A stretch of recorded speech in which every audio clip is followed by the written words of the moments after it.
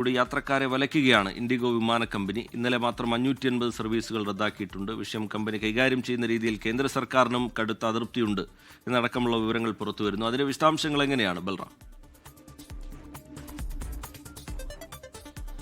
റിജിത്ത്, വലിയ പ്രതിസന്ധി തന്നെയാണ് കഴിഞ്ഞ 2 ദിവസമായി രാജ്യത്തെ വ്യോമയാന മേഖലയിൽ നേരിടുന്നത്. ഇന്ത്യയിലെ വിമാന സർവീസുകളുടെ 60% കൈകാര്യം ചെയ്യുന്ന ഇൻഡിഗോ കമ്പനിയിലുണ്ടായ പ്രതിസന്ധിയാണ് യാത്രക്കാരെ വലിയ തോതിൽ വലച്ചിരിക്കുന്നത്.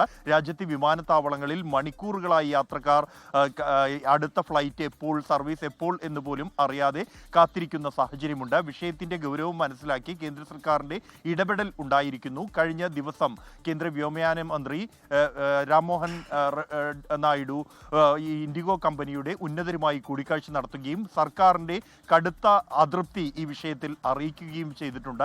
പ്രധാനമായും നേരിയ സാങ്കേതിക പിഴവിനോടൊപ്പം തന്നെ ജീവനക്കാരുടെ ഡ്യൂട്ടി ഷെഡ്യൂളുമായി ബന്ധപ്പെട്ട പ്രതിസന്ധിയാണ് ഈ വലിയ പ്രതിസന്ധിക്ക് കാരണമായിരിക്കുന്നത് എന്നാണ് ഇൻഡിഗോയുടെ വിശദീകരണം. യാത്രക്കാരോട് ക്ഷമാപണം നടത്തിയിരിക്കുന്നു. അതേസമയം ഈ പ്രതിസന്ധി നീണ്ടുപോകുമെന്ന സൂചന തന്നെയാണ് ലഭിക്കുന്നത്. കാരണം ഈ നിലവിലെ സാഹചര്യത്തിൽ DGCA-യുമായി നടത്തിയ ആശയവിനിമയത്തിൽ ഫെബ്രുവരി 10 വരെ പൈലറ്റുമാർക്കുള്ള പുതിയ ഫ്ലൈറ്റ് ഡ്യൂട്ടി സമയപരിധി മാനദണ്ഡങ്ങളിൽ ഇൻഡിഗോ ഇളവ് തേടിയിട്ടുണ്ട്. അതിനുള്ള അനുമതി ഇതുവരെയും DGCA നൽകിയിട്ടില്ല. കാരണം അത് യാത്രക്കാരുടെ സുരക്ഷ ഉൾപ്പെടെ മുൻനിർത്തിയെടുത്ത മാനദണ്ഡമാണ്.